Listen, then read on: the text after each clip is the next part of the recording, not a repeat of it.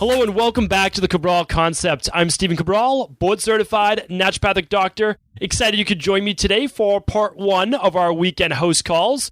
Looking forward to going through all of the community's questions today. We've got a lot of questions coming in from very specific health-based conditions. I was able to take a brief look at these before we got started today, so I'm excited about sharing a lot of these new ones with you, and that's really what it's going to be about on these weekend host calls. Since we've answered, I don't even know if it's probably been 1,500 questions or more. It's well over 1,000. I know that for sure. And a lot of them I'll be able to kind of link back to previous shows now that we've done 848 shows. I believe that's what today's podcast is. Yes, StephenCabral.com/848. That's where all the show notes will be today. That's where all the questions will be today.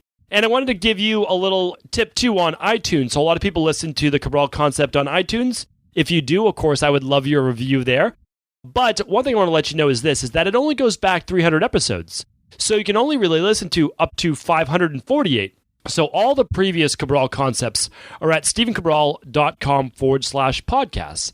And you can actually just type in your search words. So for example, let's say you're looking for Hashimoto's topics. You would just go to StephenCabral.com/podcasts and type in Hashimoto. And just that word right there will pull up any particular show that I've talked about that particular topic. So that will help search your questions actually even before you do ask them. So the questions from today are coming in from the beginning of March. On March 2nd, it looks like, through the 4th, 5th, 6th is where we'll be at today. I know that's approximately, all of March, all of April, all of May. We're about 12 weeks behind at answering your question.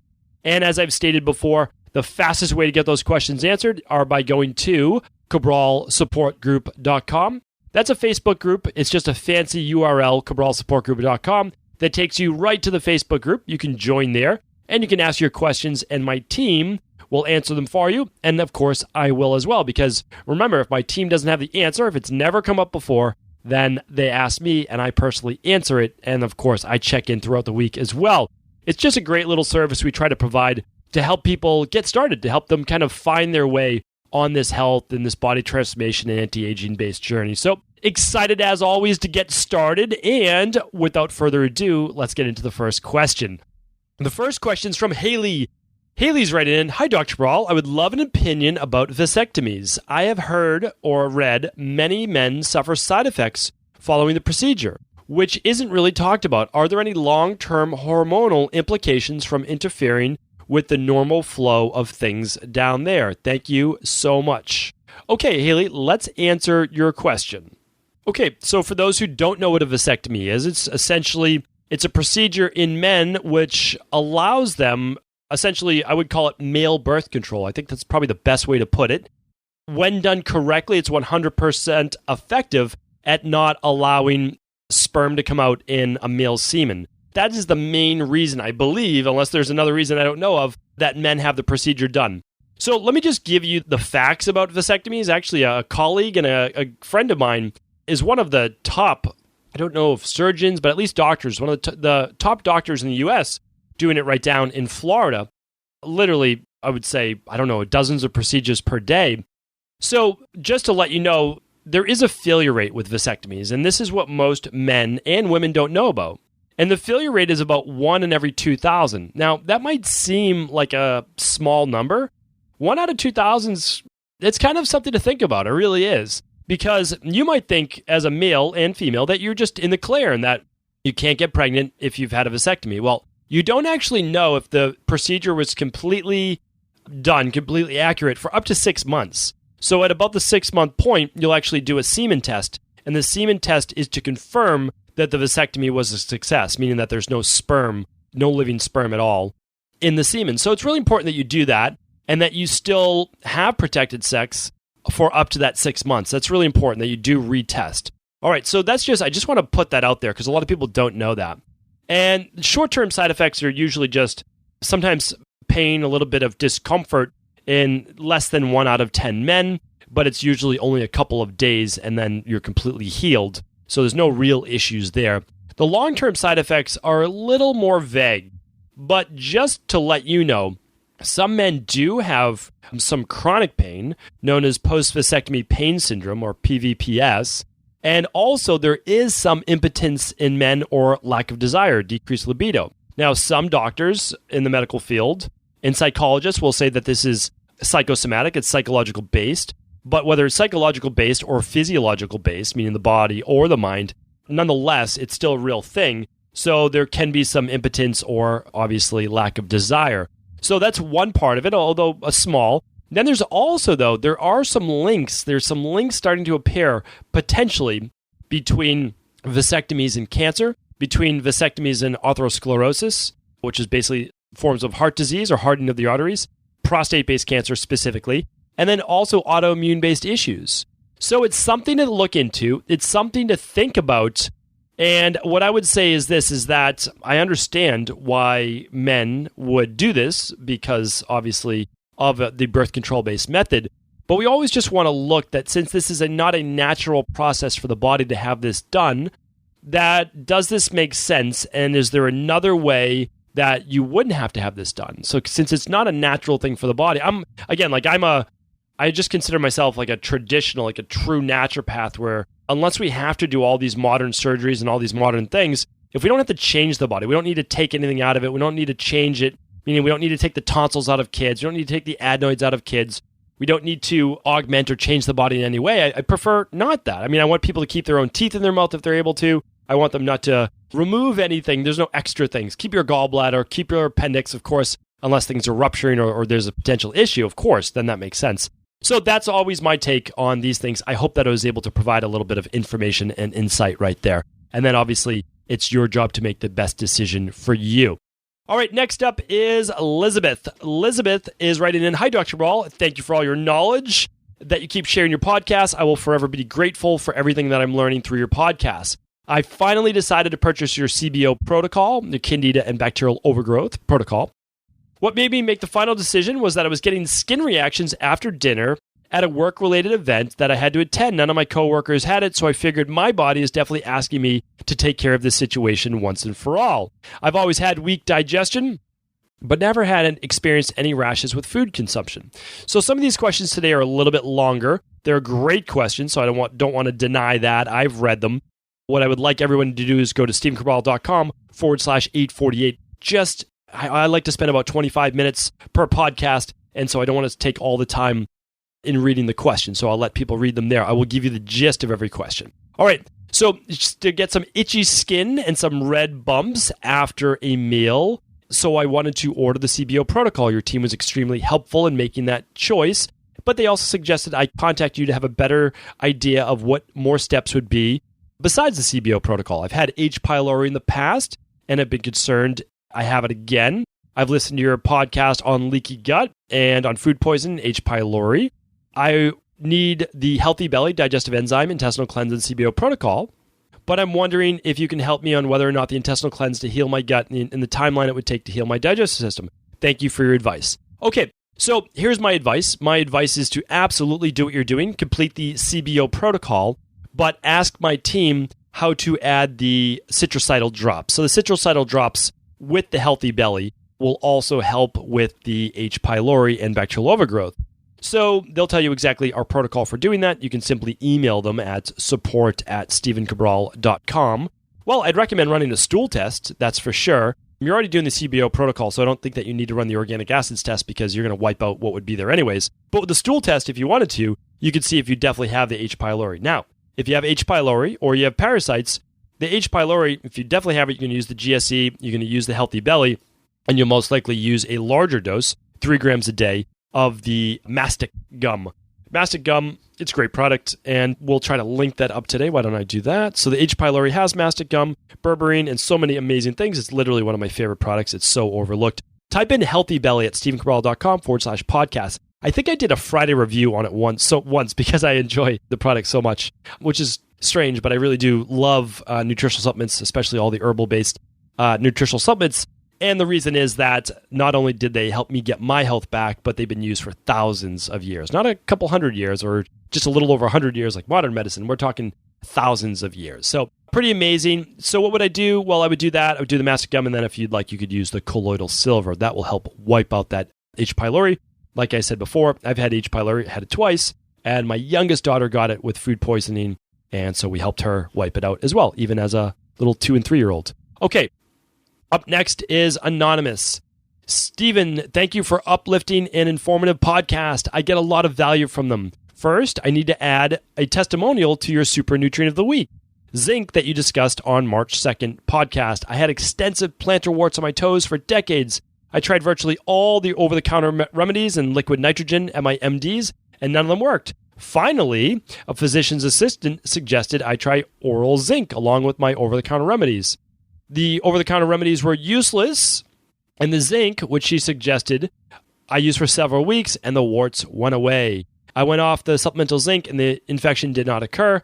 So then also Anonymous left a couple great PubMed studies, so obviously very smart person right here. So she just basically wanted to give a testimonial for how the zinc helps. Just want to let you know that the reason why zinc helps with warts is that warts are typically viral-based or immune-based, one and the same, of course. And so zinc is just one of the most powerful antivirals out there. One of the most powerful anti-herpes, antivirals, immune-boosting. Zinc is one of my favorite products literally in the world. We have a brand new product coming out late June. It will be out. It's going to be on our brand new website, which is essentially launching today or tomorrow. So I'll give you the news on that. It'll be at the end of the podcast on whatever day it does come out. But we have a brand new product for long-term use. So typically you use zinc without copper in the beginning if you have high copper on a hair tissue mineral analysis. That's why a hair tissue mineral analysis is still one of the best labs to run. Remember, our starter kit is the organic acids test, which is a urine-based test, super simple to do. And a hair tissue mineral analysis, again, very easy to do. Children can do it, adults can do it. That's called our starter kit. It's the least expensive. We literally offer that at just an amazing price. And that's because if you can only run 2 labs, that will give you all of your vitamins and your gut function on the organic acids test, and it will give you all of your minerals and heavy metals and stress on a hair tissue mineral analysis. Amazing if you can only run 2. Those are 2 phenomenal ones. And if you have high copper, well, you need to fix that right away because that can lead to learning disabilities. It can lead to mood disturbances like low mood. It can lead to allergies, asthma, inflammation, autoimmune. So that's a big one. And then, of course, you take zinc and it pushes down the copper, which works amazingly well. And then for long-term use, you can use a zinc copper-based mineral. And it's just so great for energy and so great for as an antiviral. And I use it myself. So Anonymous's question after that little testimonial was, I'm 64 and suffered a heart attack about 12 years ago and had a stent implanted in my right coronary artery. I changed my diet to mostly a plant-based one. For 95% of the 12 years, I have taken statins, blood pressure medicine, and aspirin. My BMI is good. Since the heart attack, I also have erectile dysfunction and pain and stiffness in my calf muscles when walking. I drink alcohol moderately. I get some swelling in the ankles. Conventional medicine diagnosed me peripheral artery disease based on ankle wrist blood pressure. I'm a little skeptical because of this. My blood pressure is not terrible with other medications, so I could go off temporarily. Could you recommend a course of action to help identify the causes? I heard you mention cayenne, ginger, arginine. I'm not sure if there are many people with similar symptoms. What do you think of the Nobel Prize winner, Dr. Ignaro? I don't think that I'm pronouncing that correctly. On arginine, citrulline, vitamin C, E, folate, and lipoic acid. I have read that research, and I do agree with it, Anonymous. So let me give you your answer. Those arginine is great, right? Citrulline is great. Why are they great? Because they're essentially NO, nitric oxide, potentiators, meaning they are vascular dilators. What does that mean? Well, it helps improve blood flow. They're great for circulation. Vitamin C, antioxidant. Vitamin E, antioxidant. Folate, used for so many different things in the body, especially DNA and methylation, and it's used for detoxification. And lipoic acid, again, another blood sugar, another antioxidant vasodilator. So great products, but you're still not looking at root causes. So basically, you have essentially metabolic syndrome. Not fully because you didn't mention blood sugar, but you have blood pressure issues, you have heart-based issues. So my recommendation is like, okay, well, why do these things exist? So my number 1 lab test for you is a hair tissue mineral analysis. My second lab test for you is a thyroid hormone adrenal test. And my third lab test for you is an organic acids test. You can run them all or you can do them in that order. So a lot of people in your specific condition have a just large magnesium deficiency. The best way to look at that is a hair tissue mineral analysis. Remember, blood is always going to maintain homeostasis. So if you look at your blood, the magnesium will pretty much always look great. So you can't go by that. You have to look at functional deficiencies. Remember, blood-based keeps you alive. We're looking at tissues. We need to look at the tissues of the body. Do they have what they need? And the other reason for the ankle swelling, all of that is, remember, you're on statins as well. Statins are going to slow and weaken the heart. That's what they do. I mean, they honestly do. They make it work less hard. Well, part of the issue with that is then you're not going to get a good pump. You're not going to get a good movement through the body. And of course, by lowering your blood pressure, that affects, without a doubt, by taking blood pressure medication, it affects mood. It affects, yes, erectile dysfunction. So what we need to do is get your body balanced. We need to help you then get off the blood pressure medication and then hopefully either use a natural-based remedy for the statins along with ubiquinol. And I'll link up our favorite ubiquinol in the notes today. So that's what I do. I would lab test to figure out what the underlying root causes are. In the meantime, do I have an issue with arginine, citrulline, vitamin C, E, folate, and lipoic acid? Absolutely not. I would use the alkalizing vitamin C for you because that's going to have the alkalizing magnesium, potassium, and calcium. And then the vitamin E, we've already linked up many times before. The folate, you'll get enough in the daily nutritional support or the daily activated multivitamin. The lipoic acid, yeah, it's a great one. Absolutely great. You can use it or don't have to use it. You could choose your choice. Why don't I link it up for a functional medicine brand? I'm sure alpha lipoic acid I can look up from Pure Encapsulations or another great brand. Alpha lipoic acid. And that's it. Okay, great. So next, I hope that answers your question. If not, I'm happy to also chat. And I would love to hear your success story because I know we can help you with this because we help people with blood pressure, cholesterol, ED, all these issues in our practice all the time. And that's that. But again, we don't diagnose or treat disease. We're helping underlying root imbalances. Peta is up next. My name is Peta. I'm 28. I live in Australia. I'm wondering if you would recommend a lab test first or go straight to one of your detoxes. My main concern is acne and being tired all the time. Acne is the worst right before my menstrual cycle. It's a lot better when I eat good fats and reduce sugar intake. However, the past few months, my bowel movements have changed.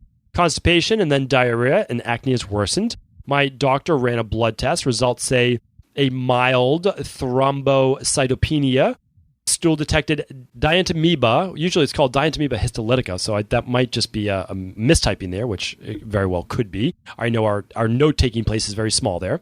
The doctor said that they are not sure if this is causing my symptoms and has prescribed antibiotics. Is this the best option? I am yet to take them. Okay, this is a great question because before you just told me that you had Dientamoeba, so parasite-based issues, bacterial-based issues, I was going to suggest a stool-based test. You already did that, which is great. So now you know you have it. So here's what we need to do. Yes, this could be hormonal, but you know that you have clear gut-based issues. My recommendation is to do this. My recommendation is to do the parasite protocol. You're welcome to take the anti-parasitic drugs that your doctor gave you if you chose to, okay?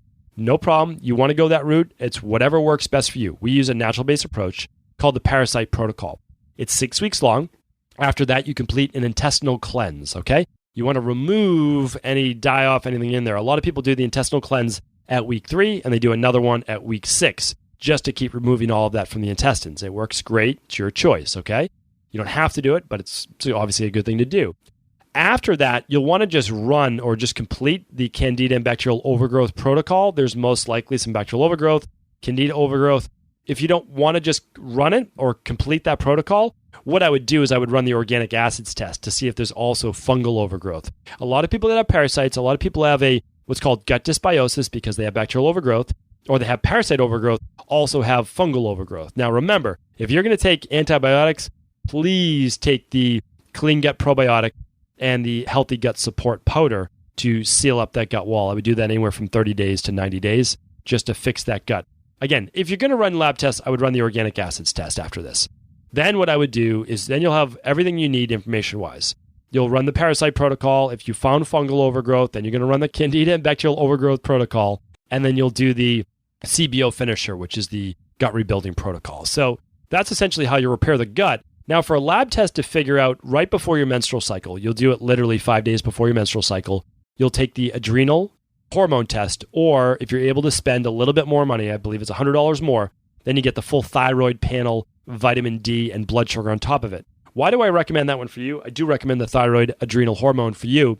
And the reason is I'd love to see your thyroid, but I would be more interested in also looking at your vitamin D and blood sugar, meaning like your hemoglobin A1C and your insulin. If those are off, that's going to contribute, yes, to the acne, to cravings, to mood-based issues, to bloating. You already say you feel better with the reduced sugar intake, but also the higher blood sugar could lead to increase in testosterone and potential symptoms or future symptoms of PCOS. So that's my recommendation. If you were to take 2 labs, you'd run the organic acids test and you'd run the thyroid hormone adrenal lab. Then I would literally review them for you and you'd speak to one of my health coaches. You'd go through our plan for you and you just get to work. So that's hopefully a good answer for you and we'll go from there. All right. Catherine's up next. Catherine has a very long question. You're all able to read it at stephencabral.com/848, where I'll be putting in people's links today for the ubiquinol, the alpha-lipoic acid, mastic gum, vitamin E, all that good stuff. And of course, all the lab tests are out there every single day, so you can check that out. But let's get to Catherine's questions. What I did was I basically just highlighted like 5 lines from it that will give you a better gist of what's going on. So Catherine writes in, "Hi, Dr. Cabral. I listen to your podcast every week after someone from my yoga teacher training told me about it. I find myself relating strongly to the questions on your house calls that deal with digestive issues." So Catherine goes in to talk about the Candida protocol, and she's just wondering if she should start it. She's had digestive issues for the better part of 5 years, and the first 2 years, she got sick almost every time she ate. Her doctors told her she had something called mast cell activation syndrome. She's been seeing a naturopath for the past year. They did an organic acids test and numerous blood tests to check nutrient hormone levels. They found that she does have some food sensitivities, but she also tested high for some fungal markers as well as some bacterial markers. She now knows that she should do the Candida and bacterial overgrowth protocol, but wasn't sure whether to start it or not because she's training for triathlons or if she would need to reduce her exercise when she's completing the protocol. So actually, I think that was pretty concise. I feel pretty good about that. That was basically her question. So here's the deal. I had mast cell activation syndrome as well, and it just means that you're producing a lot of histamines, and that's because essentially your gut's a mess. Like that's the bottom line. You know, the body's not able to produce as many of what's called diamine oxidase. Is just an enzyme that helps degrade histamines. Your body's also creating a greater amount of histamines because of all the food sensitivities, the immune imbalance, and the higher prevalence of what's called Th2 immune-based response. So you're allergic to essentially everything, right? You're the whole world you're sensitive to, and that was my life. I was sensitive to smells. I was sensitive to light. I was sensitive to foods. I was sensitive to mold and dust and pollen and dogs and cats, like everything in the world. And so everything created histamines. Well, what I did was I healed my gut. I then sealed my gut, and then I started to use all my immune boosters, such as my daily nutritional support. Back then, obviously, it wasn't called that. I used my zinc. I used my vitamin C, which I still use to this day. And I started to repair my body. So that's exactly what we need to do, but you need to do the same thing. And so, yes, you know that you need to do the Candida and bacterial overgrowth protocol and then the CBO finisher to heal and seal that gut. I agree. Like that is what you should be doing, but you should also add the vitamin D every day. Our liquid vitamin D, you only need 2 drops a day. Not 2 droppers, 2 drops, because it's very high potency. I mean, literally, it's over a year supply in just one bottle. The Active B complex is great. You can do that once at lunch. You will not use a probiotic if you're doing the Candida bacterial overgrowth protocol because everything is set up for you. We don't want to add more probiotics yet. And I would add the alkalizing vitamin C. I would do 1 scoop every single morning right away. That's going to help with the mast cell activation. I mean, legitimately, if you do between, let's say, 2.5 and 5 grams of that vitamin C a day, which is 1 to 2 scoops a day, that will help with your mast cell activation. It will also help with your training. Typically, it's just done away from your training. So first thing in the morning is great to do it. Maybe before bed if you want. Then you'll do the Candida and bacterial overgrowth protocol. Again, these are just suggestions. I can't make recommendations over a podcast. I am not treating or diagnosing disease. I have to say that. It's my legal responsibility to say that. And I mean it. Like that's just what I'm saying, because you also have a naturopath, so you can speak with them about these things. Okay, so my last thing is this. You don't need to change your training. You don't need to at all. I mean, you're not going to reduce calories. We're going to give you a very specific food list that changes every 3 to 4 weeks, which keeps allowing you to eat more foods every 3 to 4 weeks, move more foods every 3 to 4 weeks, until after the 8 to 12 week mark, where you can pretty much eat anything, obviously, that's healthy. But we walk you through that once you begin the Candida and bacterial overgrowth protocol. It works tremendously well. We read lab tests. We see that it works. So, and you don't need to change your training. Like maybe the first couple days getting into it, you might feel a little difference, but no, not really. This is very specifically designed. I designed this, now it's been about 7 years, and it works from gentlest to strongest. Every 3 to 4 weeks, the bottles change, and as they change, it gets a little stronger, but by then, we've already removed a lot of the Candida and bacterial overgrowth. So now you can just wipe out a little bit more with the stronger product because there's less, so you don't have as much die-off. And then you go to the last month and we really wipe it out. But again, by that time, it's pretty much gone. So yeah, it works tremendously well. And that is my recommendation. I hope that helps. It looks like you're on the right path. You've done so much great work for yourself. So very proud of you, very proud of everyone in our community, because whether you've kind of fixed your issues or not, you're in it, right? You're in it. You're learning about it. You're understanding it, which is, I mean, honestly, it's not half the battle. It's more than half, because once you understand that there are underlying root causes, that there are imbalances, and it's the only reason why you're not at peak health right now, peak energy right now, why you're not living the life that you want, then you can go about fixing those things. And you can lab test to figure out what it is, or you can just jump into a protocol and begin those things. But do something, right? Like, even if you can just do the Dr. Cabral daily protocol every morning, just for breakfast, or even just the daily nutritional support shake for breakfast and make a smoothie. Use our smoothie recipe guide. It's completely free. Just that's one thing that's going to move you forward. Do that one thing. Just take one step, one action that you can complete over the next 4 to 6 weeks that's going to move you forward. And then the next 4 to 6 weeks, make another step. Like, that's what I do for myself now with my kind of eco challenge every month. I talked about that last Friday, or just, I should say yesterday on episode 847. It's like every month I do one more thing. I just try to do one more thing to better myself. I don't do 100 new things. I do one more thing. And that seems to be a great way to keep moving us forward. So that's my goal for you. That's my wish for you, my hope for you. Hopefully today's podcast was helpful. I'll be answering another bunch of our community's questions tomorrow. I do hope you tune in. Thank you so much for joining me here today. I hope you have an amazing weekend. And again, if this episode was helpful, please do feel free to pass along to anyone it may serve.